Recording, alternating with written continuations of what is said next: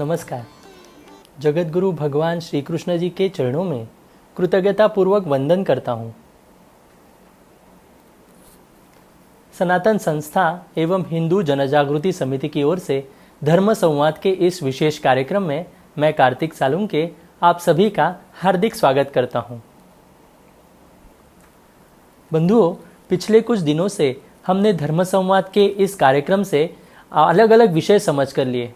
इसमें हमने आपत्काल, अध्यात्म, कर्म फल सिद्धांत, मृत्यु, पितृदोष, गुरु शिष्य, अग्निहोत्र, देवता ये विषय, इसी के साथ ज्योतिष शास्त्र, 16 संस्कार, मृत्यु, ऐसे विभिन्न विषयों पर हमने अलग अलग परिप्रेक्ष्य क्या है ये हमने समझ कर लिया।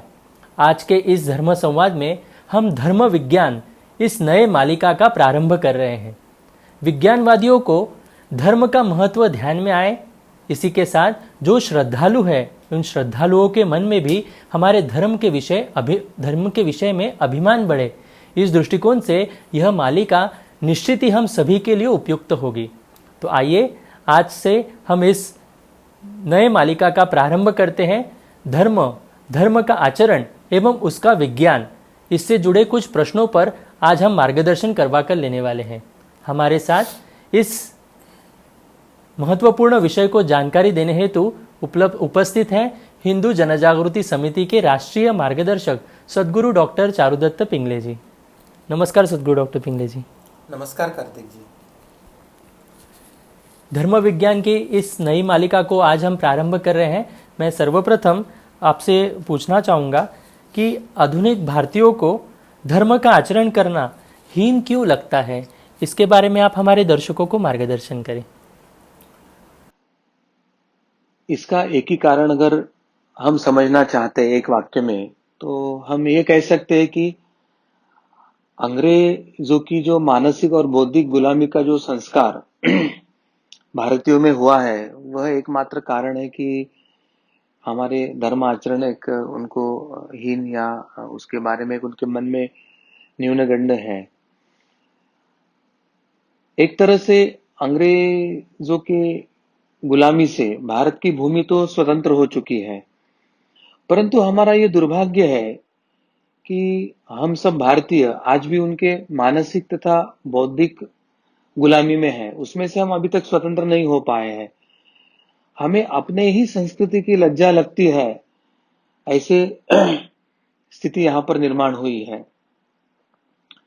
प्रत्यक्ष में स्वामी विवेकानंद जी ने हिंदुत्व के क्षेत्र में कितना बड़ा कार्य किया था, उन्होंने हिंदू धर्म का श्रेष्ठत्व कैसे स्थापित किया था, तो वो भूलकर हम अभी भी पाश्चात्य गुलामी में क्यों हैं, इसका विचार सभी भारतीयों ने करना चाहिए। जब शिकागो में सर्वधर्म परिषद का आयोजन हुआ था और उसमें जब अपना विषय रखते हुए स्वामी विवेकानंद जी ने जब सनातन हिंदू धर्म, हमारी जो भारतीय संस्कृति है वह कैसे सर्वश्रेष्ठ है, ये सभी की उपस्थिति में वहां सिद्ध करके आए थे। और उसी के कारण पूरा विश्व अब सनातन धर्म के तरफ एक अलग परिप्रेक्ष्य से देखकर एक सनातन धर्म का अध्ययन कर रहा है और उसके पीछे वो उसको स्वीकार रहा है। परंतु आज भारत में ही ऐसी स्थिति है, भारतीयों की ऐसी मानसिकता हुई है कि अभी तक हम अपने ही हिंदू धर्म को स्वीकार कर नहीं पाए हैं। स्वामी जी ने उस समय एक घोषणा दिया था। उन्होंने कहा था, गर्व से कहो हम हिंदू हैं। परंतु आज ये घोषणा की स्थिति ऐसे हुई है कि हिंदुओं को भी एक राजनीतिक घोषणा लगती है। हम भारतीयों को यही ज्ञान नहीं है कि हमें किस बात पे गर्व होना चाहिए और किस बात पे गर्व नहीं होना चाहिए। अब जो सबसे महत्व का एक जो कारण ध्यान में आता है वो है कि स्वतंत्रता के बाद भारत की जो सत्ता है वो अंग्रेजों के पिट्टू तथा हिंदू धर्म का द्वेष रखने वाले राजनेताओं के हाथ में गई थी। और उन्होंने सत्ता हाथ में लेने के बाद केवल हिंदुओं को ही उनकी धर्म शिक्षा देने के लिए एक संवैधानिक तौर पर प्रतिबंधित किया था, या हिंदू धर्म के संबंध में कोई अध्ययन हेतु अभ्यासक्रम में कोई विषय भी उन्होंने लेने के लिए प्रतिबंध करके रखा था। यह एक दूसरा महत्व का कारण है कि आज हमें अपने धर्म के प्रति एक गौरवान्वित महसूस नहीं करते हैं। हम उसके संदर्भ में लज्जित महसूस करते हैं क्योंकि जब अंग्रेजों ने सत्ता हमारे भारतीय नेताओं के हाथ में देके गए थे, तो तात्कालिक जो राजनेता थे कांग्रेस समर्थित, तो उन्होंने ये धर्म के विशेषताओं को ना तो हम भारतीयों को सिखाया, ना तो भारतीयों को बताया। सनातन धर्म कैसे वैज्ञानिक है, वो केवल मनुष्य ही नहीं, प्राणी, वनस्पति तथा पर्यावरण यानी ये निर्जीव पंच महाभूतों का सभी का वो विचार करता है। इसके बारे में उन्होंने हमारे भारतीय नागरिकों को अध्ययन ही नहीं करवाया और यह न करने के पीछे एक बहुत बड़ा षड्यंत्र था, वह भी हमें समझ कर लेने की आवश्यकता है। अब भारत की जो मूल संस्कृति है वो प्रकृति की पूजा करने वाली थी। चाहे तुलसी हो, गोमाता हो, गंगा नदी हो, चाहे बरगद का वृक्ष हो, पीपल का वृक्ष हो, या गंगा सागर हो, या कैलाश पर्वत हो, या मानसरोवर हो, इस प्रकार से पौधे से लेके तो पर्वत, नदी से लेके तो महानगर तक हम प्रकृति की, महासागर की भी हम प्रकृति की पूजा करते थे। और हमारी ये इतनी व्यापकता थी कि हम सभी में ईश्वरत्व देखते थे और उसके साथ सहजीवन करने की प्रक्रिया करते थे। तो इतना व्यापक और सर्वसमावेशक धर्म के बारे में हमारे राज्यकर्ताओं ने भारतीय शिक्षा प्रणाली में कोई स्थान न देना, यह एक षड्यंत्र के तहत हुआ है, यह हमें समझने की आवश्यकता है। अब समय समय पर भारत पर आक्रमण हुए, तो उन आक्रांताओं ने हमारे सनातन हिंदू धर्म एवं ये भारतीय संस्कृति को नष्ट करने का प्रयास करना, यह भी एक महत्व का कारण है कि आज हमारे जो हिंदू बांधव है, भारतीय नागरिक है, वो अपने धर्म के बारे में पूर्णतः जानते नहीं है और उसके बारे में अनभिज्ञ भी है। हमारी संस्कृति तो इतनी व्यापक है कि इस भूमि को भी हम पवित्र भारत माता करके मानते हैं, केवल उसको भूमि करके नहीं देखते हैं। ये जो संस्कृति, ये जो धर्म परंपरा है, ये पत्थर में भी भगवान को देखकर उसकी पूजा करने की परंपरा वाली ये संस्कृति है। और इस वैभवशाली संस्कृति पर जो बार बार इस्लाम के आक्रमण हुए और बाद में जब क्रिश्चियनिटी के, ईसाईयत के जो आक्रमण हुए, इन आक्रमणों से देश में एक बहुत बड़ा विध्वंस हुआ है। सांस्कृतिक विध्वंस हुआ है, धार्मिक विध्वंस हुआ है, आस्थाओं पर आघात हुए हैं, हमारे जो धरोहर थे, चाहे मंदिर हो, किले हो, उनका ध्वस्त हुआ है, हमारे जो विद्यापीठ और गुरुकुल थे वो ध्वस्त किए गए। तो किसने क्या क्या प्रकार के आक्रमण करके इस संस्कृति को नष्ट करने का प्रयास किया, वो अभी हम समझ लेंगे। इस्लाम आक्रांता जब पहली बार आए, तो इन आक्रांताओं ने हिंदू धर्म के जो आस्थाएं थे वो मंदिर नष्ट किए, मंदिर का धन लूटा। धर्म और भारतीय संस्कृति की परंपरा की रक्षा करने वाले जो मुख्य ब्राह्मण समाज था, उनको उन्होंने मारकर नष्ट करने का प्रयास किया। हिंदुओं के गुरुकुलों को नष्ट किया, धर्म ग्रंथ जलाए, नागरिकों पर अनन्वित अत्याचार किया, स्त्रियों पर बलात्कार किए, स्त्रियों को लूट के लेके गए, उनको गुलाम बनाए। ऐसे विविध अत्याचार हमारे इस इस्लामी आक्रांताओं ने हम पर किए थे। और उसके बाद जब अंग्रेजी आक्रांता आताताई आए थे, तो अंग्रेजियों ने जब भारत पे शासन शुरू किया, तो प्रत्यक्ष में भारत में एक ईसाई राज ही आया है, ऐसी स्थिति निर्माण हुई थी। प्रत्यक्ष में तो ये व्यापारी बनकर आए थे, मगर वे राज्य करने में भी चालाक थे। तो धीरे धीरे उन्होंने भारत पर कब्जा करने का प्रयास किया। सबसे पहले उन्होंने भारत की जो गुरुकुल शिक्षा व्यवस्था थी वो बंद करने का प्रयास किया। उसकी जगह उन्होंने अपनी अंग्रेजी शिक्षा प्रणाली शुरू करने का प्रयास किया। हमारे जो प्राचीन धर्म ग्रंथ थे उनका अंग्रेजी में अनुवाद करते समय जो संस्कृत या स्थानिक भाषाओं के शब्द थे उनका विकृत भाषांतरण करके धर्म ग्रंथों के प्रति अविश्वास निर्माण हो, इस प्रकार का उसका भाषांतरण किया गया। और सबसे महत्व की जो बात थी कि फोड़ो और राज करो, डिवाइड एंड रूल, समाज को विभाजित करो और राज करो, तो इस नीति को उन्होंने अवलंब किया। हिंदुओं में जो ज्ञानी विद्वान, जो ब्राह्मण जन होते थे, जो त्यागी प्रवृत्ति के थे और एक तरह से वो धार्मिक और आध्यात्मिक दृष्टि से समाज का नेतृत्व करते थे, तो वैचारिक आक्रमण करके उन्हें खलनायक के रूप में ही उन्होंने प्रचलित करके समाज को एक ब्राह्मण और ब्राह्मणेतरवाद में लेके जाने का प्रयास किया। और ऐसा करते समय राजा राम मोहन राय या इनके जैसे जो हिंदू धर्म विरोधी जो एक सुधारमतवादी एक कृत्रिम रीत्या उन्होंने पैदा करके उनको सम्मान देना उन्होंने शुरू किया था। इससे क्या परिणाम हुआ कि समाज एक विज्ञानवादी, एक पाश्चात्यवादी विचारसरणी, एक भारतीय परंपरा और फिर अंतर्गत भाषा, प्रांत या जाति इसमें बांटने की उन्होंने प्रक्रिया शुरू किया। और डिवाइड एंड रूल की उन्होंने नीति जो भारत में लागू किया था, उस नीति के आधार पर ही भारत की स्वतंत्रता के बाद अन्य राज्यकर्ताओं ने उनकी कदम पर कदम रख के अपना मार्गोत्क्रमण किया। अब तीसरा जो महत्व का मैंने पहले भी बताया था कि स्वतंत्रता के बाद जिनके हाथ में राज्य सत्ता सौंपकर अंग्रेज गए, वो उनके पिट्ठू थे। और उन्होंने नव भारत निर्माण करने के बजाय भारतीय धर्म, भारतीय संस्कृति, सनातन धर्म इत्यादि को पुनर्स्थापित करने के बजाय आक्रांता अंग्रेजियों की नीतियों को शुरू रखा और उनकी मानसिक बौद्धिक गुलामी इस देश पर लाद कर वही शुरू रखी। और इस कारण हिंदुओं को, भारतीय नागरिकों को उस गुलामी के बाहर आना लगभग असंभव सा हो गया था। भारत की स्वतंत्रता के उपरांत भी भारत की शिक्षा व्यवस्था में जो बदलाव होना आवश्यक था, गुरुकुल व्यवस्था और गुरुकुल शिक्षण पद्धति को या भारतीय पारंपरिक शिक्षा व्यवस्था को लागू करने की जो आवश्यकता थी, वो लागू नहीं की गया। किंबहुना अंग्रेजों की जो पाश्चात्य शिक्षा प्रणाली थी, चाहे वो सेंट जेवियर, सेंट जॉन इनके नाम पर चले हैं, जिन्होंने इक्विजिशन के नाम पर भारत पर अनन्वित अत्याचार करके हिंदुओं का वंश विच्छेद और उनका संहार किया था, उनके नाम पर ये नई आक्रांताओं की शिक्षा प्रणाली उन्होंने शुरू रखी थी। और इसलिए स्वतंत्रता के बाद जो हमारी स्वराष्ट्र की, हमारी स्वयं की जो शिक्षण प्रणाली चालू होना अपेक्षित था, उसके बजाय अभी भी अंग्रेजों की पाश्चात्य शिक्षण प्रणाली देश में लागू है।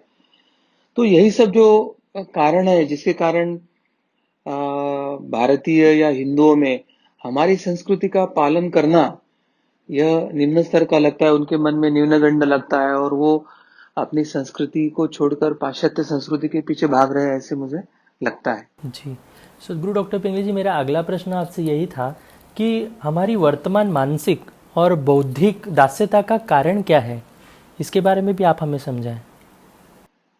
सबसे पहले एक ही वाक्य में मैं कहना चाहूंगा कि स्वतंत्रता के पश्चात भारत को जो तात्कालिक जो नेतृत्व मिला था कांग्रेस के रूप में या नेहरू के रेजिम के रूप में, तो ये सबसे बड़े उत्तरदायी है ऐसे हमें लगता है। क्योंकि स्वतंत्रता के बाद जिसके हाथ में सत्ता आती है, उन पर ये जिम्मेदारी रहती है कि अपने गुलामी की जो सभी आयाम है उसको उखाड़ कर फेंक कर अपना स्वधर्म, स्व संस्कृति, स्व परंपराएं, स्व शिक्षा पद्धति जागृत करके नागरिकों के अंदर का स्वाभिमान, स्वराष्ट्र भक्ति जागृत करने की प्रक्रिया होती है। मगर जो अंग्रेजों के पिट्ठू बन के जिन्होंने अंग्रेजी की हाजी हाजी करके सत्ता को मिलाया था, तो वे स्वयं ऐसा नेतृत्व था जिनको हिंदू धर्म के प्रति एक प्रकार की घृणा ही लगती थी। हिंदू धर्म के प्रति, भारतीय संस्कृति के प्रति, भारतीय शिक्षा पद्धति के प्रति उनके मन में सम्मान ही नहीं था। तो उसके कारण अंग्रेजों की ही नीति और सब इसको लागू करके उन्होंने एक प्रकार से अंग्रेजों की ही दास्यता स्वीकार कर आगे राज्य किया। एक तरह से गोरे अंग्रेज जाकर काले अंग्रेजों का राज्य इस देश पर आया था। अब राष्ट्र निर्माण में शिक्षा व्यवस्था का क्या निर्माण होता है, शिक्षा व्यवस्था देश के भविष्य की पीढ़ी को कैसे निर्माण करती है, कैसा दिशा देती है, इसका महत्व हम समझ लेंगे। यानी जो बच्चों को संस्कार है वो शिक्षा के माध्यम से मिलते हैं। जो राष्ट्र के प्रति, धर्म के प्रति, संस्कृति के प्रति स्वाभिमान है वो शिक्षा के माध्यम से मिलते हैं।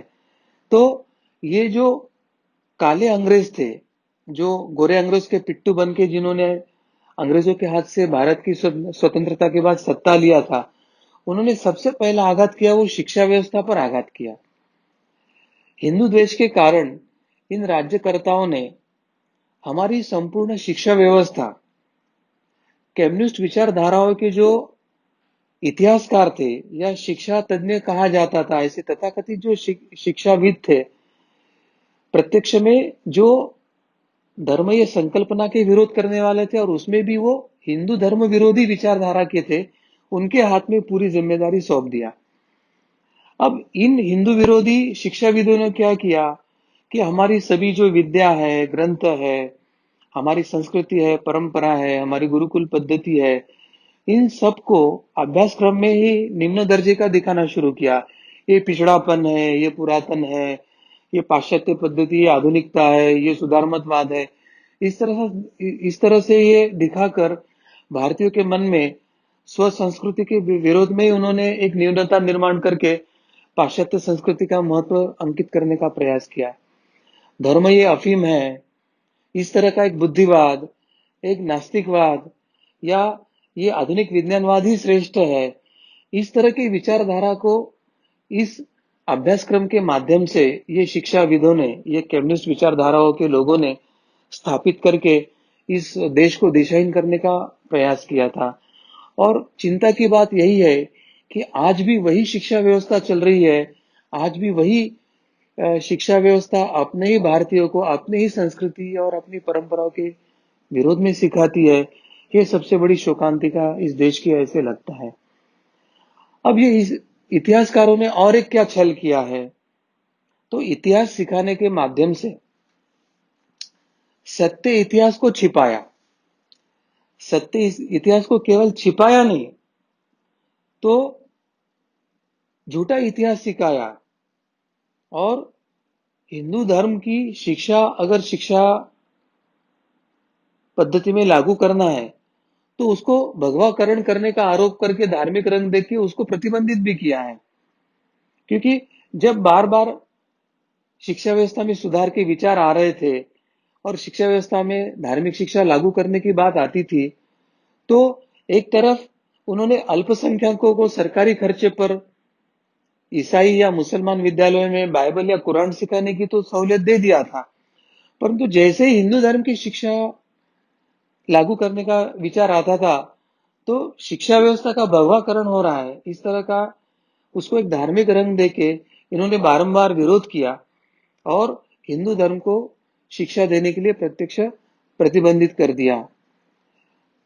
और ये जो बात है, इसके कारण आज सेक्युलर होने के बावजूद, एक तरफ सर्वधर्म समभाव का नारा देने के बावजूद भी भारत में ईसाई या इस्लाम को उनके सरकारी खर्चे पर चलने वाले स्कूलों में अपनी अपनी धार्मिक शिक्षा देने का उनको सहूलियत तो है, केवल हिंदुओं को ही अपनी धार्मिक शिक्षा देने के लिए प्रतिबंधित किया है।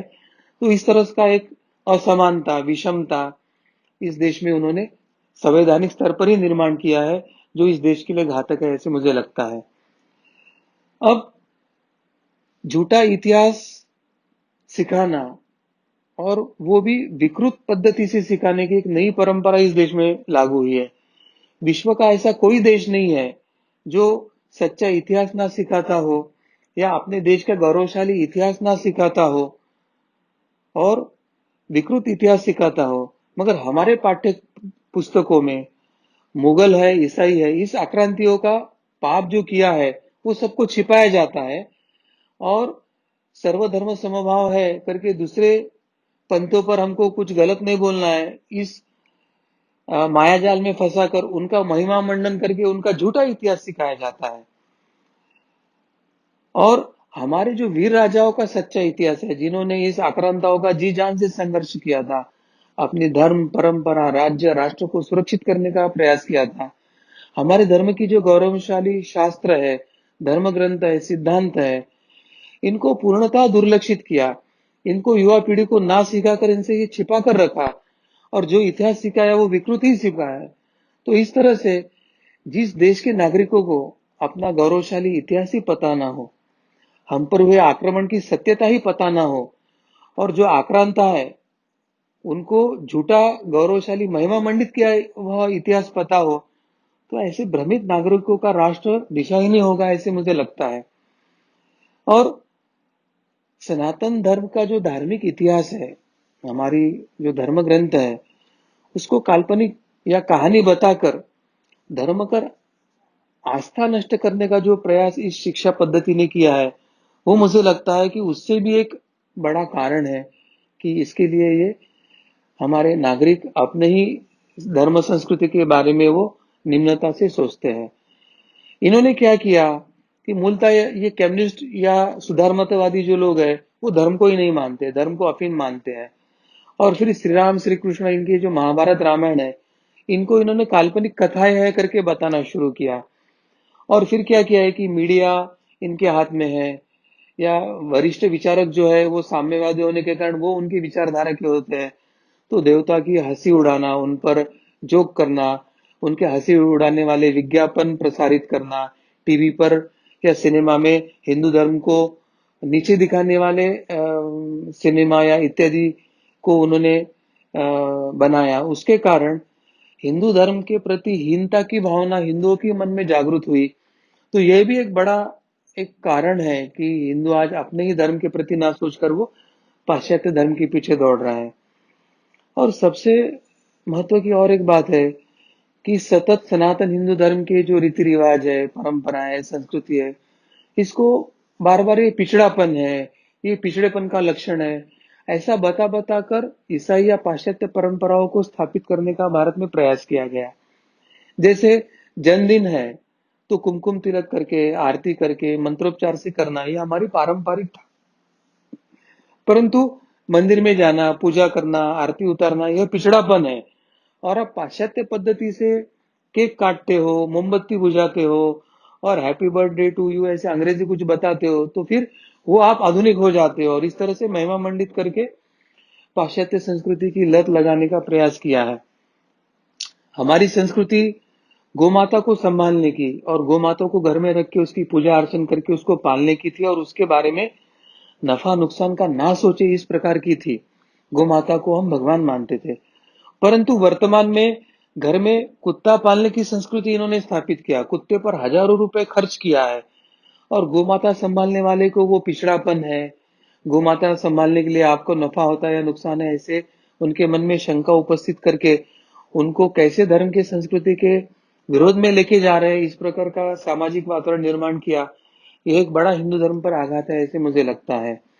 तो इसके कारण क्या हो गया है कि ये भारतीय समाज जो है धीरे धीरे पश्चिम की ओर आकर्षित हो रहा है, और हमारे ऋषि मुनि तथा हमारे बुजुर्गों ने जो संजोए रखी थी हमारी जो संस्कृति परंपराएं है, उन आचरणों को स्वयं ही ठुकराने का एक बड़ा पाप हम हिंदुओं से या भारतीय नागरिकों से हो रहा है। तो यह भी एक बहुत बड़ा कारण है कि पश्चिमी संस्कृति का महिमा मंडन करके उसको स्थापित करने का जो प्रयास हो रहा है वो। अब दूसरी जो बात है कि हमारा स्वदेशी जो कुछ है वो निकृष्ट है और विदेशी जो कुछ है वो श्रेष्ठ है, ऐसी एक विचार को स्थापित करने की प्रयास ये काले अंग्रेज हो, उनका प्रशासन हो, या ये साम्यवादी या स्वयं को सुधारमतवादी पुरोगामी जो कहते हैं, वे बार बार स्थापित करते हैं। कोई विदेश में जो हो रहा है तो वो अच्छा है और वो आधुनिकता है, और हमारे बुजुर्ग अगर हमें कोई धर्म की ज्ञान बताते हैं तो वो मनोभाव है कि ये पिछड़ापन है, ये भारतीयत का संकेत नहीं है। तो हमें ये दिशाहीन करके विदेशी में जो हो रहा है वो अच्छा है, ऐसा बताकर हमें जो दिशाहीन करने का प्रयास कर रहे हैं, उससे हमें सतर्क होके अब हमारे जो बुजुर्ग बताते थे, हमारे बुजुर्ग जो हमें धर्म ज्ञान, हमारी भारतीय संस्कृति और परंपरा के बारे में बताते थे, तो वही मनोभाव हम सब भारतीयों को संकेत दे रहा है, और वो हमें आह्वान कर रहा है कि अब तो आप जाग जाओ। इस मनोभाव के तरफ हमें देखने की आवश्यकता है। मगर भारत का यह दुर्भाग्य है कि भारतीय नागरिक हिंदू परंपराओं और श्रेष्ठ पुरुषों की शिक्षा को ही वो भूल गए हैं, और इसके कारण ही विदेशियों के प्रभाव में वो आकर वो अपने धर्म के बारे में, संस्कृति के बारे में एक हीनता का बोध अपने मन में लिए हुए हैं, और वो पाश्चात्य अंधानुकरण कर रहे हैं। तो यही कुछ महत्व के जो कारण है जिसके कारण हमारा जो हिंदू समाज है या भारतीय नागरिक है, इनके मन में पाश्चात्यों के प्रति एक मानसिक और बौद्धिक गुलामी निर्माण हुई है, ऐसे दिखता है। किंबहुना धर्म शिक्षा, अपने धर्म परंपराओं से दूर जाना, यह भी एक उसका मुख्य कारण है, ऐसे मुझे लगता है। जी।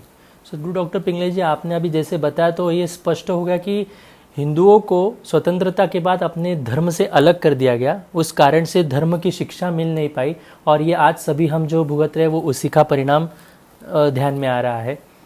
मेरा अगला एक प्रश्न आपसे यही है कि वर्तमान में कोरोना के कारण ये जो महामारी निर्माण हुई है, तो इसके कारण योग या नमस्ते करना, ये सभी हिंदू धर्माचरण की जो कृतियाँ है, ये विदेश के लोग और राजनेता वो भी सब अभी कर रहे हैं, और उसी का परिणाम ऐसे हुआ है कि आप भारतीयों में भी उसका महत्व ध्यान में आया और वो वैसी कृति कर रहे हैं।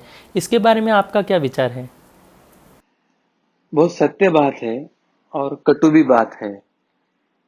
मूलतः हमारे ऋषि मुनियों ने दिया ज्ञान और उसका महत्व, ये केवल पहले काल में था ऐसा नहीं, तो वर्तमान में भी वो उतना ही उपयोगी है, ये आज सिद्ध हो रहा है ऐसे मुझे लगता है।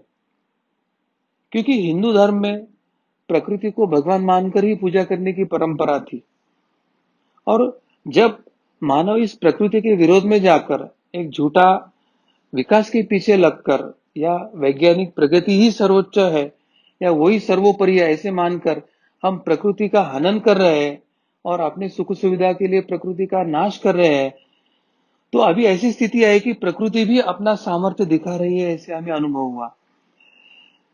वर्तमान में विज्ञानवादी कितना भी विज्ञान का महिमा मंडन करे, प्रकृति ने एक झटके में पूरे विज्ञान और विज्ञानवादियों का खोखलापन उजागर किया है। सभी विज्ञानवादियों को एक क्षण में अभी घुटने के बल पर लाकर रखा है, ऐसे इस कोरोना संकट ने हमें बता दिया है। आज हम देख रहे हैं कि कोरोना के भय से महंगी महंगी गाड़ियां बंद होकर अपने गैराज में पड़ी है, हवाई जहाज की सेवा बंद है, मेट्रो की सेवा बंद है, ऑटोमेटिक या कामगार पर चलने वाली कंपनियां बंद है, और स्वयं मनुष्य अपने घर में बंद है। अब तक मनुष्य किसी पंछियों को पकड़कर पिंजरे में बंद करता था, आज अपने कर्मों से ही मनुष्य अपने ही घर के पिंजरे में बंद हुआ होकर पड़ा हुआ, ऐसी स्थिति निर्माण हुई है। और अभी व्यक्ति को मुंह पर मास्क लगाने की आवश्यकता पड़ रही है। तो किसी एक व्यक्ति ने बहुत खूब कहा है उसके बारे में, वो कहता है, कोरोना तो एक बहाना है, कोरोना तो एक बहाना है, मनुष्य तो अभी ईश्वर को अपने मुंह दिखाने के ही लायक नहीं रहा है, और मुंह दिखाने के लिए लायक नहीं रहा, इसलिए अभी उसको मास्क पहनकर रहना पड़ता है। तो छोटे से बात में कितनी बड़ी बात कही है, ये हमें समझने की आवश्यकता है।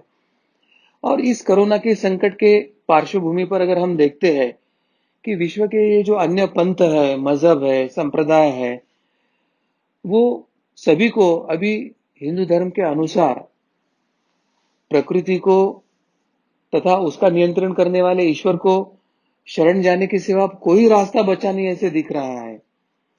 अभी हिंदू धर्म के जो प्राचीन संस्कार है, वही मनुष्य को जीवित रहने के लिए आधार बनकर आए हैं, ऐसे दिखाई दे रहा है। और पाश्चात्य लोग अब जो भारतीय संस्कृति और परंपरा का आचरण कर रहे हैं, उसमें से यही संकेत हमें मिल रहे हैं।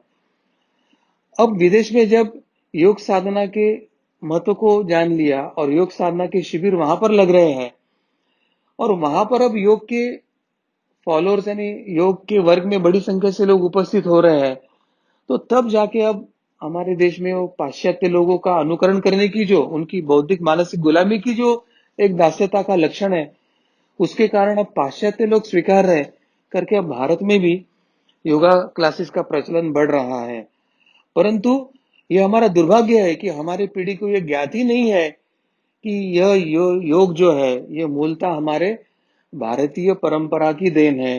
यह योग शास्त्र जो है, ये मूल भारत के पतंजलि योग सूत्र की रचना से, जो पवित्र भारत भूमि पे ही हुई थी, उसमें से ही वो पाश्चात्य देशों में गई है। तो यह अज्ञान के कारण आज योग सूत्र भारतीय परंपरा से सीखने के बजाय वो पाश्चात्य देश में जब उसको उदो उदो होना शुरू हो गया, तब वो स्वीकारने की स्थिति में भारतीय लोग आए हैं।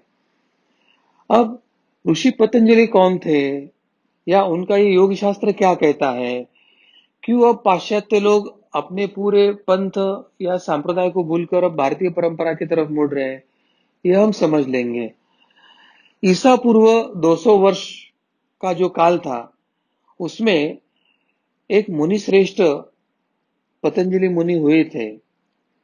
उन्होंने व्यक्ति का जो मन या चित्त होता है, तो आनंदमय जीवन जीना या संतुलित जीवन जीने के हेतु चित्त शुद्ध यानी मन को शुद्ध करने के हेतु उन्होंने योग की प्रक्रिया यानी योग सूत्र लिखे थे। अब इसमें अगर हमें वाणी शुद्ध करना है तो वाणी शुद्धि के लिए सबसे पहले उन्होंने व्याकरण लिखा, जिसे महाभाष्य कहा जाता है। शरीर शुद्धि के लिए हमें, जैसे हम स्वास्थ्य है तो हमें बीमारी या रोग हो जाते हैं, व्याधि हो जाती है, तो शरीर शुद्धि और स्वास्थ्य के लिए उन्होंने वैदिक शास्त्र का यानी चरक संहिता ऐसे महान ग्रंथों की भी रचना किया था। वे स्वयं व्याकरणाचार्य जो पाणिनि थे, उनके शिष्य थे। आज का जो आधुनिक योगा है, वो केवल शरीर की दृष्टि से ही योग का विचार करता है, परंतु योग सूत्र में चित्त को एकाग्र करके ईश्वर में लीन करने की जो प्रक्रिया है, वो पूर्ण प्रक्रिया है योग सूत्र बताता है। और पतंजलि ऋषि के मुनि के अनुसार चित्त की वृत्तियां चंचल होने से रोकना यानी चित्त वृत्ति निरोध करना, यही योग है। यानी हमारा मन की वृत्तियां जितनी चंचल रहेगी, उतने अनेक विचार हमारे मन में आते हैं, और अनेक विचार यही हमारे दुख का कारण बनता है, हमारी ऊर्जा के नष्ट होने का कारण बनता है। हमारे संभ्रम, हमारे मन के द्वंद्व, हमारे मन की अस्वस्थता, इन सबको वो कारण होता है। और चित्त वृत्ति का निरोध यानी चंचलता का निरोध करके विचारों को नष्ट करने की जो यह प्रक्रिया है, वह यह योग में बताई जाती है। यानी आज हमारे आधुनिक विज्ञान ने भी जो अभी तक संशोधन नहीं कर पाए हैं, ऐसा संशोधन इतने हजारों वर्ष पूर्व पतंजलि ऋषि ने उस समय करके लिख के रखा है, यह हमें समझने की आवश्यकता है। और इतना ही नहीं, तो उन्होंने चित्त की जो विविध अवस्था है, वो विविध अवस्था भी उन्होंने स्पष्ट किया है। चित्त की 5 अवस्थाएं होती है, एक क्षिप्त, मूढ़, विक्षिप्त, निरुद्ध तथा एकाग्र। यानी एकाग्र ये जो अवस्था है, ये योग का लक्षण होता है, और अन्य अवस्था ये वियोग या चंचलता का लक्षण होता है। और योग साधना के उपाय में चित्त वृत्तियों को रोकने के लिए जो जो उपाय बताए गए हैं, तो वह उपाय क्या है, वो संक्षेप में हम देख लेंगे। सबसे पहले हमें क्या करना होता है कि स्वयं के मन का अभ्यास करना होता है, और अभ्यास करते समय एक वैराग्य की दृष्टि से हमें कुछ यम नियमों का, बंधनों का पालन करना पड़ता है। ये एक प्रक्रिया करनी पड़ती है। ये करते समय दूसरी है कि ईश्वर का प्राणिधान यानी ईश्वर में विलीन होने की प्रक्रिया है, तो ईश्वर का ध्यान धारणा, ईश्वर का आलंबन करके हमें प्रयास करना होता है। ये प्रक्रिया में प्राणायाम और समाधि तक की जो अवस्था है अष्टांग योग की, उसमें यम नियम प्राणायाम यहां से लेके तो हमें समाधि तक विविध अवस्थाओं से गुजरना पड़ता है। और सबसे महत्व का जो है विषयों से विरक्ति, यानी मन में जो चंचलता जो आती है, वो इंद्रिय या मन उसके जो विषयों के तरफ जाता है। जैसे जीवा है तो वो खान पान की तरफ मुड़ती है, आंख है तो उसको क्या पसंद है ना पसंद है ऐसे निसर्ग के दृश्य या योग्य अयोग्य दृश्य देखने की तरफ मुड़ता है। कान जो है वो कभी कभी अच्छा सुनने के लिए प्रवृत्त होता है, तो कभी कभी बुरी आदतें है तो किसी की निंदा भी सुनने में हमें आनंद आता है। तो हमारे इंद्रिय उसके विषय के तरफ आकर्षित होने की प्रक्रिया होती है।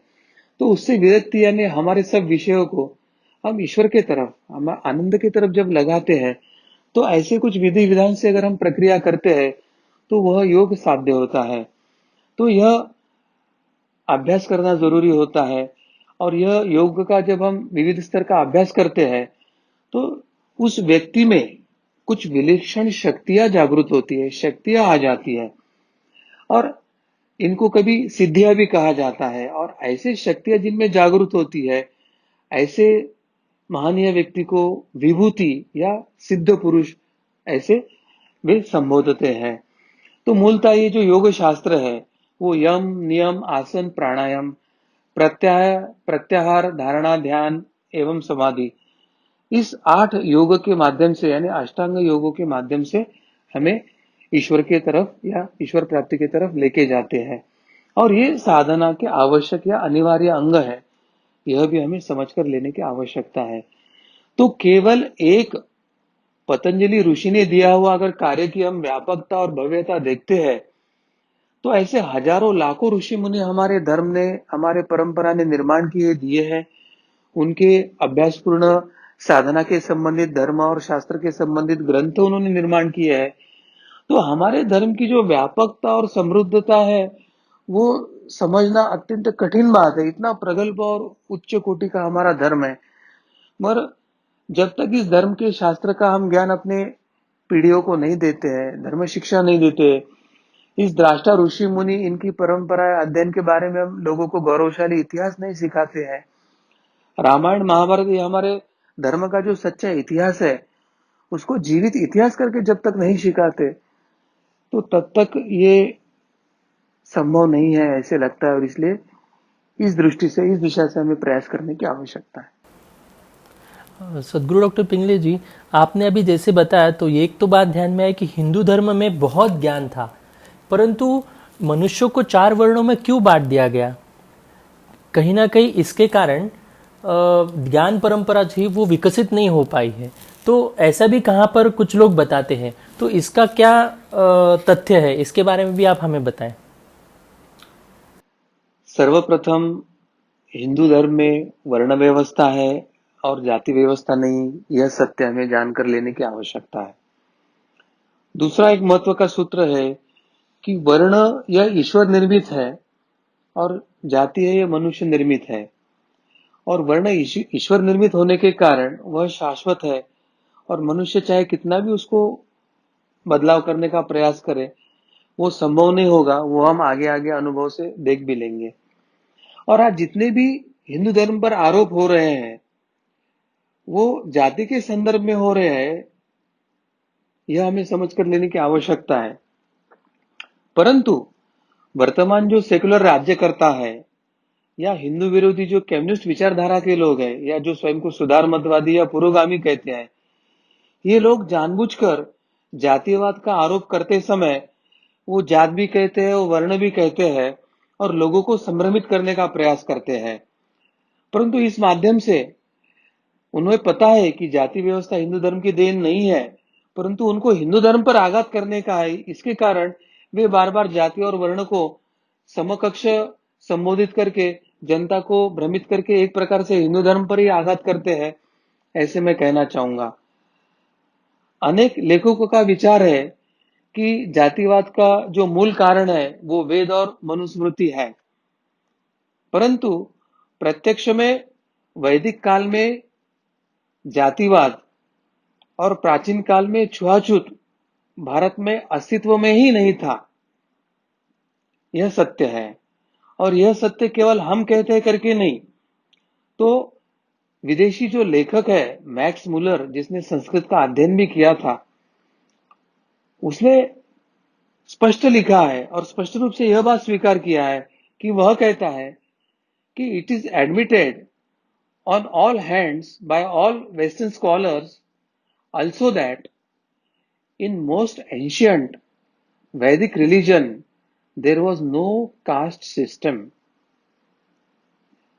इसका अर्थ प्राध्यापक मैक्स मुलर लिखते हैं कि पश्चिम के सभी विद्वानों का इस संदर्भ में एक मत है कि सबसे प्राचीन वैदिक धर्म में या भारत के प्राचीन काल में कोई जाति व्यवस्था नहीं थी। महाभारत में भी भगवान श्री कृष्ण ने श्रीमद् भगवद गीता में स्पष्टता से कहा है, चातुर्वर्ण्यम मयाम श्रेष्ठम गुण कर्म विभागशः। इसका अर्थ उन्होंने वहां पर स्पष्ट किया है कि मैंने गुण और कर्मों के अनुसार 4 वर्णों की निर्मित किया है। तो जहां पे ईश्वर ने ही मनुष्य में 4 गुणों को देखा है और उस मनुष्य के सभी कर्मों को उसने 4 गुणों में विभाजित किया है, और गुण कर्म विभाजित करके उसने 4 वर्ण निर्माण किया है, तो उसमें बदलाव होना संभव नहीं है, ऐसे हमारा अनुभव भी है। अब वर्ण या गुण कर्म यानी क्या, वह भी हम समझ लेंगे। जिसकी जैसी साधना करने की क्षमता है या क्षमता होगी, या जिसको आध्यात्मिक उन्नति के लिए जो साधना करना आवश्यक होता है, उसके अनुसार प्रत्येक व्यक्ति को विशिष्ट वर्णों में जन्म मिलता है, यह शास्त्र कहता है। और फिर मनुष्य जन्म का ध्येय क्या है कि उसको अपना जो सर्वस्व है, अपना तन मन धन, इतना नहीं, अपना प्राण भी ईश्वर को अर्पण करना होता है। तो अपने पास जो है वो सभी अर्पण करने से ईश्वर प्राप्ति होती है, यह दूसरा सिद्धांत धर्म ने बताया है। अर्थात अगर व्यक्ति अपने वर्णानुसार साधना करने का प्रयास करता है तो उस व्यक्ति की आध्यात्मिक उन्नति जो है वो अत्यंत शीघ्रता से हो सकती है। और इसलिए हिंदू धर्म कहता है, जन्मना जायते क्षुद्रः संस्काराद्वत् द्विज उच्यते। यानी मनुस्मृति में स्पष्टता से कहा है कि मनुष्य कलयुग में जो जन्म लेता है वो मनुष्य जन्मतः क्षुद्र ही होता है, और वो अपने संस्कारों से और बाद में साधना और अध्ययन से वह द्विज बनता है। मनुस्मृति का वचन भी है, विप्राणम ज्ञानतो ज्येष्ठम क्षत्रियाणम तु वीर्यता। इसका अर्थ है कि ब्राह्मण की प्रतिष्ठा ज्ञान से होती है तो क्षत्रिय की प्रतिष्ठा बलवीर्य से होती है। अब वर्ण व्यवस्था का वास्तविकता क्या है या उसकी व्यवहारिकता क्या है, वह हम समझ लेंगे। और उसके संदर्भ में जो भ्रांति फैलाई गई है, वह कैसा एक षड्यंत्र है, वह भी हम समझ लेंगे। अब जाबाली का जो पुत्र था सत्यकाम, अब जन्मतः वो किस वर्ण का है किसी को भी पता नहीं था, क्योंकि जाबाली तो स्वयं गणिका थी। परंतु सत्य वक्ता होने का जो उसका गुण था और उसकी ज्ञान प्राप्ति की जो जिज्ञासा थी, उसके लिए उसका ब्रह्म विद्या सीखने का अधिकार समझकर उसे शिष्य करके स्वीकार किया और बाद में वह एक श्रेष्ठ ऋषि बने थे। और मातंग जो थे चांडाल पुत्र, वो चांडाल पुत्र से वे ब्राह्मण बने थे। ऐसे उदाहरण हमारे धर्मशास्त्रों में आए हैं।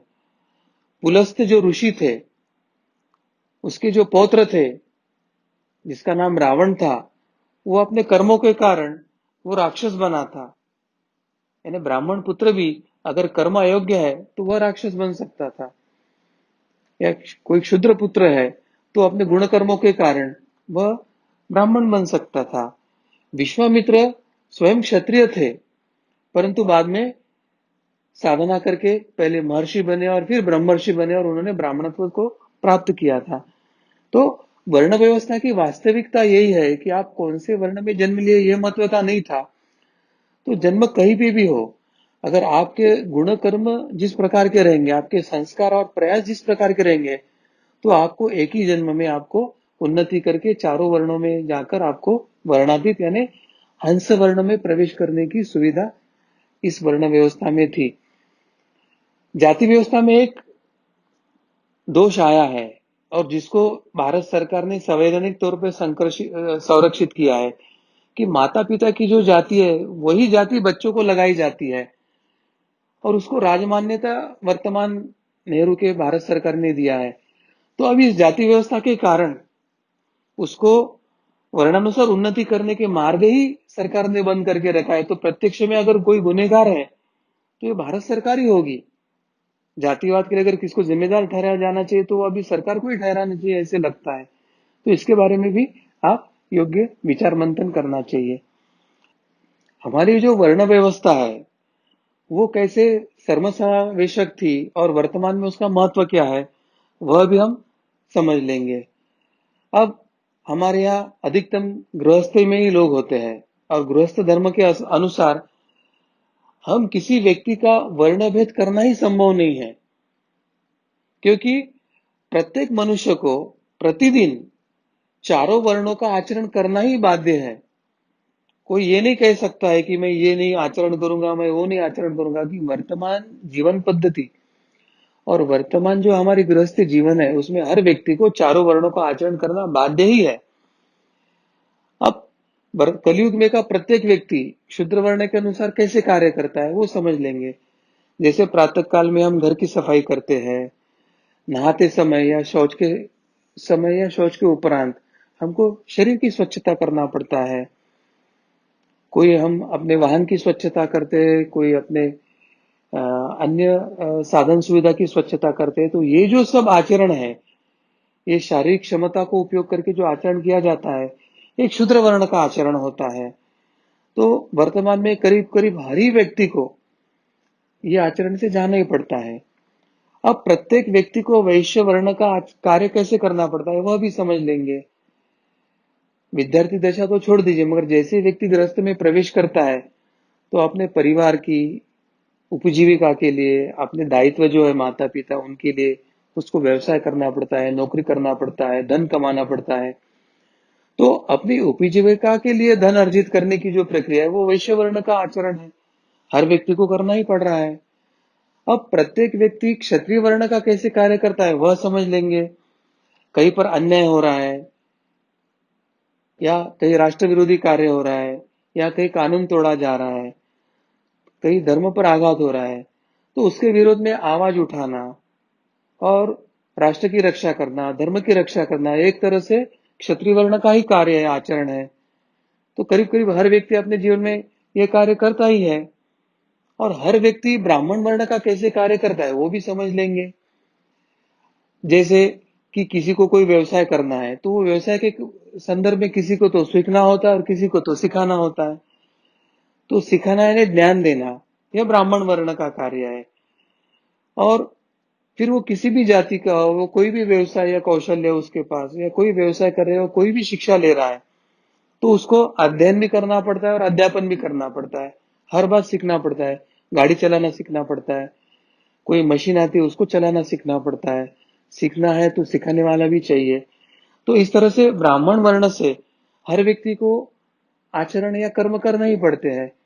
तो वर्तमान में गृहस्थ धर्म में हर व्यक्ति को चारों वर्णों का कार्य करना ही पड़ता है, और वर्तमान में किसी का वर्ण जानना बड़ा कठिन होता है। तो ये हमें समझकर वर्ण व्यवस्था की सर्व समावेशकता जो है वो हमको अभी ध्यान में आती है। अब जो हिंदू धर्म के वर्ण व्यवस्था को विरोध करने वाले हैं, जो स्वयं को निधर्मी या पुरोगामी कहते हैं, या साम्यवादी नेता है, या ये जो काले अंग्रेज थे जिन्होंने गोरे अंग्रेजों के हाथ से सत्ता लेकर भारत के नवनिर्माण की प्रक्रिया शुरू किया था, इन सभी लोगों ने ये चार वर्णों की व्यवस्था एक अलग स्वरूप में भारत में कैसे स्वीकारी है वो अभी हम समझ लेंगे। ये जो भारत में क्लास 4 सिस्टम अभी प्रशासकीय यंत्रणा में जो लागू है, यानी जो कर्मचारियों की व्यवस्था है वो चार वर्गों में है, क्लास 1, क्लास 2, क्लास 3, क्लास 4। तो आप अगर ध्यान से समझने की प्रक्रिया करेंगे तो भगवान कृष्ण ने जो भगवत गीता में चार वर्ण बताए हैं, या हमारे धर्म ने जो चार वर्ण बताए, उसी धरती पर ये सेकुलर व्यवस्था में भी चार क्लास की सिस्टम इन्होंने स्वीकारी है, वो ध्यान में आता है। जैसे कोई आईएएस या आईपीएस ऑफिसर है, वो क्लास 1 गैजेटेड ऑफिसर है, तो उनको क्लास 1 में पकड़ा जाता है क्योंकि एक उच्च शिक्षित होते हैं। उसके लिए जो आवश्यक है वो परीक्षा में वो क्वालिफाई करके जाते हैं। उन पर बड़ी जिले की या मंत्रालय में बड़ी बड़ी जिम्मेदारी दिया जाता है, तो उसके कारण उन्हें क्लास 1, सुपर क्लास 1 इस तरह के पोस्ट पर उन्हें रखा जाता है। तो उनके कुछ तो गुण है और उनके कुछ विशिष्ट दायित्व या कर्म होते हैं, उनके कारण उनको वो क्वालिफाई करते हैं करके उनको क्लास 1 कहा जाता है। दूसरा है, कोई तो भी सफाई कर्मचारी है या किसी ऑफिस का कोई सिपाही होता है तो उसको क्लास 4 सर्वेंट कहा जाता है, यानी चतुर्थ वर्ग या चतुर्थ श्रेणी का कर्मचारी कहा जाता है। अब चतुर्थ कर्मचारी की श्रेणी के लिए एक बौद्धिक या अध्ययन की क्षमता का एलिजिबिलिटी कम रखी जाती है। उसकी शारीरिक क्षमता या कार्य करने की क्षमता को देखा जाता है, और उसके हिसाब से उसको कार्यालय में जो उसको विहित कर्म है उसके लिए वो पात्र है कि नहीं देखा जाता है, और उसको वो कार्य दिया जाता है।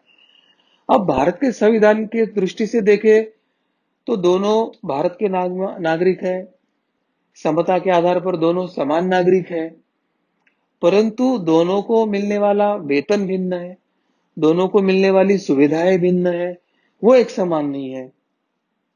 एक तरह से भारतीय संविधान समता का स्वीकार करता है, साम्यवाद का स्वीकार करता है, और दूसरी तरफ व्यक्ति की शिक्षा की क्षमता, बौद्धिक क्षमता, उस पर देने वाले दायित्व निभाने की क्षमता, इन सबको देखकर प्रशासकीय यंत्रणा में नौकरी देते समय किसी को वो क्लास 4 के लिए क्लास 1 के लिए क्वालिफाई करता है, तो किसी को क्लास 4 के लिए वो क्वालिफाई करता है, और वो सरकार तय करती है कि कौन क्लास 1 बनेगा, कौन क्लास 4 बनेगा। तो क्या ये सेकुलर सरकार अपने नागरिकों में भेदभाव कर रही है, ऐसा आप कहोगे? और जो हिंदू धर्म के वर्ण व्यवस्था को विरोध कर रहे हैं, जो राजनेता है, जो साम्यवादी नेता है, मैं उनसे यह उत्तर जानना चाहूंगा कि क्या ये सरकारी व्यवस्था, ये सरकार आश्रित वर्ण व्यवस्था है क्या? क्या भारत सरकार ने चातुर्वर्ण व्यवस्था स्वीकारी है, ऐसे आप कहना चाहते हो क्या? तो मूलतः ये प्रशासन की एक अनिवार्यता है। आपको श्रम को किसी न किसी इसमें विभाजित करना पड़ेगा। व्यक्ति के अध्ययन और शैक्षणिक क्षमता को आपको किसी न किसी इसमें विभाजित करना पड़ेगा। व्यक्ति को दायित्व निभाने के लिए उसकी क्षमता कितनी है, उसमें विभाजित करना पड़ेगा और आपको दायित्व देना पड़ेगा। अन्यथा सब तरफ अराजक हो सकता है। तो ये हमारे वर्ण व्यवस्था का वैशिष्ट्य है कि वर्तमान सरकार ने भी क्लास 4 सिस्टम जो स्वीकारी है, वो हमारे 4 वर्णों के समान ही है, यह हमें समझने की आवश्यकता है। अब हमारे वर्ण व्यवस्था में विकृतियां कब से आने लगी, वो हमें समझ लेने की आवश्यकता है।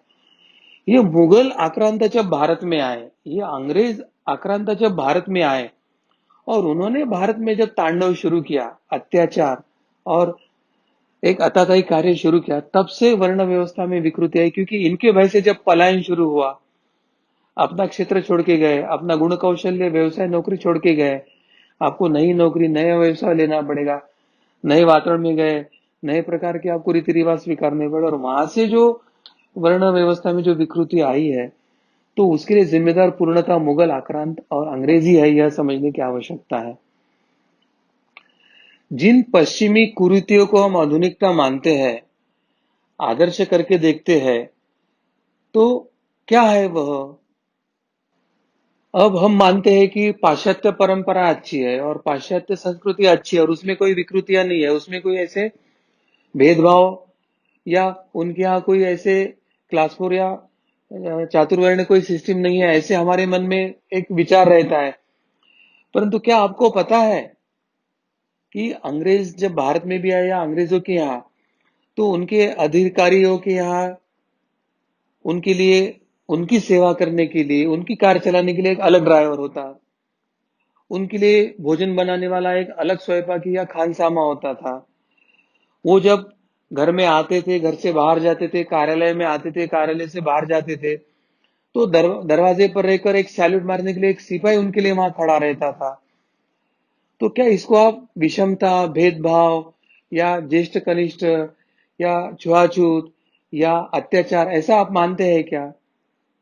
क्या फिर कोई क्लास 4 सर्वेंट है तो वो किसी क्लास 4 व्यक्ति को दरवाजे पे खड़े रह के सैल्यूट मारता है, तो क्या ये किसी व्यक्ति के मान सम्मान नष्ट करने का कार्य नहीं है क्या? वैसे देखे तो परंतु ये एक प्रशासकीय यंत्रणाओं का ये एक विधि विधान है। तो इन सब बातों से हमें यही सीखना है कि यहाँ पर जहाँ अधिकारी, उनके हाथ के नीचे ड्राइवर, उनके हाथ के नीचे भोजन बनाने वाले लोग रहते थे, वहां हमारे जो महाभारत में हमारे जो भगवान कृष्ण है, जिन्होंने साक्षात श्रीमद् भागवत गीता बताई थी, ये स्वयं स्वार्थी बन के अर्जुन के रथ पर सारथी बन के उनके घोड़े, रथ चलाने वाले ड्राइवर जैसा कार्य उन्होंने किया था। तो हमारे देवताओं की ये महानता है कि उनमें ऊंच नीच या भेदभाव कहीं था ही नहीं, वो आवश्यक कार्य आवश्यक समय में करते थे। तो हमारे धर्म की व्यापकता समझना ये एक बड़ा गहन बात है, उसके लिए अध्ययन चाहिए, उसके लिए खुला मन चाहिए, और ये सब धर्म शिक्षा योग्य पद्धति से भारत के समाज में रखने के लिए योग्य राज्यकर्ता इस देश को चाहिए, जो हमारे धर्म के बारे में शुद्ध ज्ञान, हमारी गौरवशाली इतिहास, हमारा पारंपरिक जो शुद्ध ज्ञान है, वो समाज में स्थापित करने के लिए अच्छा एक अभ्यासक्रम बनाए, शिक्षा प्रणाली निर्माण करे और मन में जो एक नकारात्मकता, न्यूनगंड निर्माण हो, उसको दूर करके दोबारा ये हमारे मनोभाव में स्थापित करे। इस प्रकार का राजा की इस देश को आवश्यकता है। सदगुरु डॉक्टर पिंगले जी, ऐसे भी कहा जाता है कि ये जो भेदभाव की भावना थी वो विदेशियों में अधिक थी, तो इसमें सत्यता क्या है, इसके बारे में आप हमें बताएं। जिन्होंने भी ये प्रश्न पूछा है ना, उनका पाश्चात्य और अन्य लोगों के बारे में अच्छा अध्ययन है, ऐसे मुझे लगता है। बहुत अच्छा प्रश्न पूछा है। सर्वप्रथम हम अंग्रेजों का जातीयवाद या वंशवाद या साम्राज्यवाद किस तरह का था वह समझ लेंगे। हमें ऐसे इतिहास में बचपन में सिखाया गया कि लंदन के होटलों के बाहर या वहाँ के जो ट्रेनें थी या वहाँ के रेलवे स्टेशन थे, तो ट्रेनों के जो फर्स्ट क्लास के जो डिब्बे थे उसके बाहर कुछ कुछ बोर्ड लगाए थे। उसमें black Indians and dogs are not allowed, इस तरह का बड़ा बड़ा बोर्ड लगाया था। और ऐसे एक रेस्टोरेंट में जब मदनलाल धिंगरा को धक्के मारकर बाहर निकाला गया और कहा कि you black Indians, you are not allowed in this restaurant, तो वो गुस्से में आकर उन्होंने फिर बाद में करजन वाहिनी का वध किया था, ऐसे हमें इतिहास में सिखाया गया है। जब दक्षिण अफ्रीका में गांधी जी का प्रथम वर्ग का टिकट होते हुए भी वे एक काले हिंदुस्तानी आदमी है और वो गोरे लोगों के प्रथम वर्ग के डिब्बे में नहीं चढ़ सकते, ऐसे कहकर जब उनको जबरन उतारा गया, या अंग्रेज जो सत्ताधीश थे, वो चाहे भारत के हो या अफ्रीका के, वहां के जो मूल स्त्री पुरुष थे उनको गुलाम बनाकर लेके जाते थे चाय के बागानों में, उनके उद्योजकों में, वहां वो गुलाम करके बेचते थे और उनसे भेड़ भिखारी या काम करवा कर लेते थे। आज भी मॉरिशियस, फिजी या सुरिनाम, ये जो देश है, वहां पर जो मूल लोग जो अभी बसते हैं, तो कभी उनके पुरखों को अंग्रेजों ने भारत से ही गुलाम बनाकर वहां काम के लिए लेके गए थे, उनको गुलाम बनाकर जबरन उनसे काम करवाया जाता था और आज वे वही अब उस राष्ट्र के नागरिक बने हैं। तो अंग्रेजों के अत्याचार के ये कुछ एविडेंस यानी प्रत्यक्ष पुरावे हमारे पास अभी स्पष्टता से मिलते हैं, तो जिनमें मनुष्य को गुलाम बनाने की प्रवृत्ति है और स्त्री पुरुषों को गुलाम करके बेचा जाता है, तो उनकी जातिवाद, वंशवाद, black Indians and dogs are not allowed, we are white people, यानी उनकी वो मानसिकता कितनी विकृत थी, वो हमको दिखाता। इतना ही नहीं, तो वहां पर कैथोलिक और प्रोटेस्टेंट, इवांजेलिकल या जो आपस आपस में उनका जो गृह युद्ध हो रहा था और जिसके कारण ये राज्य और धर्म को अलग करके सेकुलरिज्म का जो कंसेप्ट उभर के आया था, तो उन्होंने केवल काले लोगों पर अत्याचार किया नहीं, तो अपने अंदर के अन्य पंथों पर भी बहुत अत्याचार किए है। तो अंग्रेजों का इतिहास ही नरसंहार का, रक्त रंजित ही इतिहास है। इतने विकृत मानसिकता के ये लोग थे और ये अभी मानवता के पुजारी बन के हमको मानवता का पाठ पढ़ाते, ये हमारा दुर्भाग्य है और हम उनको मानवता के आदर्श मानते हैं। अब जब ये इस्लामी आक्रांता भारत में और उन्होंने भारत में क्या क्या क्रूर अत्याचार किए वो अब समझ लेंगे। जो अंग्रेजों ने किया उसी तरह से ये जो महापाप है वो इस्लामी आक्रांताओं ने भी भारत में किया है। हमारे मंदिर लूटे, हमारे धन लूटे, हमारे पुरुषों को, सैनिकों को मारा। जो ब्राह्मण थे उनका जनेऊ काटकर वो गिनते थे, तो उनकी शिखाओं काटकर वो स्वयं को गाजी कहलाने का वो होड़ लगती थी। और हिंदुओं की महिलाओं के साथ तो इन्होंने अनन्वित अत्याचार किए, उन पर बलात्कार किया, उनको गुलाम बनाकर लेके गए। अफगानिस्तान में तो एक जगह, वो जगह अभी भी ऐतिहासिक लिखी है जहां पर ये गुलाम औरतों को हर रात में 2 दिनार, 1 दिनार, एक रात के लिए बेचा जाता था। हमारे पुरुष और स्त्री गुलामों को ऊंटों और घोड़ों के साथ तबेले में बांधा जाता था। तो गुलामी की जो यह प्रथा है, भारत में लाने का कार्य और श्रेय किसको जाता है, तो इस्लामी आक्रांताओं को जाता है। और इस्लामी आक्रांता के पहले भारत में कभी भी किसी ग्रंथ में, ना सामान्य ग्रंथ में ना धर्म ग्रंथ में, दलित शब्द को आपको प्रयोग कभी नहीं मिलेगा। और मुस्लिम आक्रांता तथा ईसाई, इन्हीं के कारण यह दलित शब्द भारतीय विचारधारा में प्रचलित हुआ है और दुर्भाग्य यह है कि भारत में अभी जो इतिहास सिखाया जा रहा है वो आक्रांता मुस्लिम और ईसाइयों का महिमा मंडन करने वाला है। उन्होंने क्या अत्याचार किया वो सिखाया नहीं जाता है और उसके विपरीत हिंदू कितना धर्म पिछड़ा है, हीन है, ये कितने पिछड़े लोग हैं, ऐसा सिखाकर हिंदुओं को ही हिंदू धर्म के बारे में न्यूनगंड निर्माण करने का प्रयास किया जाता है। तो यह अत्यंत षड्यंत्रकारी है, यह हमें समझने की आवश्यकता है। अब हमें हिंदू धर्म की महानता क्या है और उसका बदनाम करने का क्या षड्यंत्र चल रहा है वो समझ कर लेने की आवश्यकता है। अब जाति व्यवस्था का जो दोष हिंदू धर्म पर डाला जा रहा है और जो हिंदू धर्म प्रत्येक मनुष्य में ईश्वर को ही देखता है, मनुष्य ने, वो प्रत्येक प्राणी, वनस्पति और निर्जीव पत्थर, जल, इसमें भी भगवान को देखता है, ईश्वर को देखता है। जिस हिंदू धर्म की सीख है जो वसुधैव कुटुंबकम, ये विश्व ही पूरा मेरा कुटुंब है ऐसे भाव रखता है, ये राष्ट्र, ये समाज मेरा कुटुंब है ऐसे भाव रखता है। अतिथि देवो भव करके जिन्होंने ईसाई, इस्लाम या जू इन सब का यहाँ पर स्वागत किया था और उनको अपने समाज में समाने का प्रयास किया था, क्या इतना व्यापक विचार करने वाला हिंदू धर्म कि क्या किसी की जाति देखकर भेदभाव कभी कर सकता है? जिन्हें मूलभूत मानवता का कुछ आता पता ही नहीं है, जिन्होंने भारत पर अतिथि देवो बनकर घुसकर आक्रमण किए, भारत को ही दास्यता और गुलामी के बंधनों में बांधकर रखा और उन्हें आज आधुनिकतावादी मान रहे हैं और भारत के लोगों को, सनातन धर्म के लोगों को, उनके आने को पिछड़े मान रहे हैं। यही हमारा दुर्भाग्य है। तो ये जो छलावा चल रहा है, यानी झूठा इतिहास या झूठी कथाएं बनकर आक्रांताओं का महिमा मंडन हो रहा है और गौरवशाली और इतना व्यापक हिंदू धर्म को निचला, पिछड़ा और पुरातन कह के उसको बदनाम किया जा रहा है।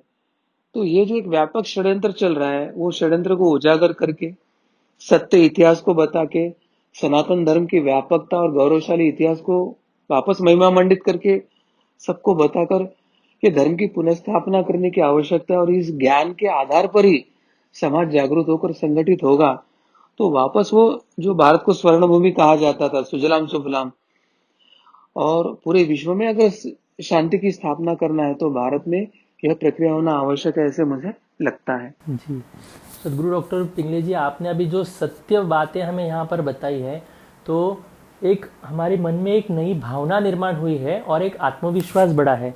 और वो जो धर्म के विषय में जो कहीं पर अभी अभिमान कम हुआ था, वो अभिमान बढ़ गया है कि हमारे पास कितना ज्ञान था, कितनी शक्ति थी, परंतु किस प्रकार से गलत षड्यंत्र करके हिंदुओं को अपने धर्म से, अपनी संस्कृति से अलग कर दिया गया, तोड़ दिया गया। ये हमें सदगुरु डॉक्टर पिंगले जी के मार्गदर्शन से हमें सभी को ध्यान में आया।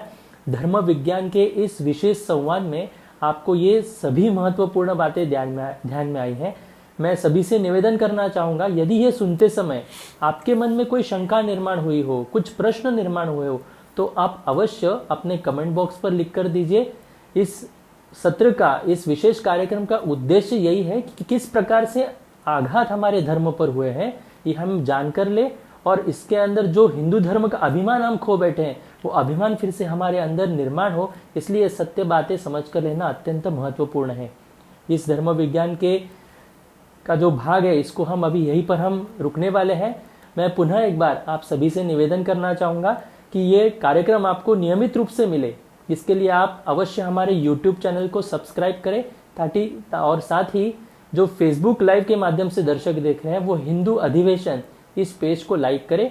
हमारा जो आने वाले कार्यक्रम है आपको नियमित रूप से आपको मिलते रहेंगे। भगवान श्री कृष्ण जी की असीम कृपा से आज का यह विशेष धर्म संवाद यहीं पर संपन्न हुआ, ऐसे मैं घोषित करता हूँ। नमस्कार।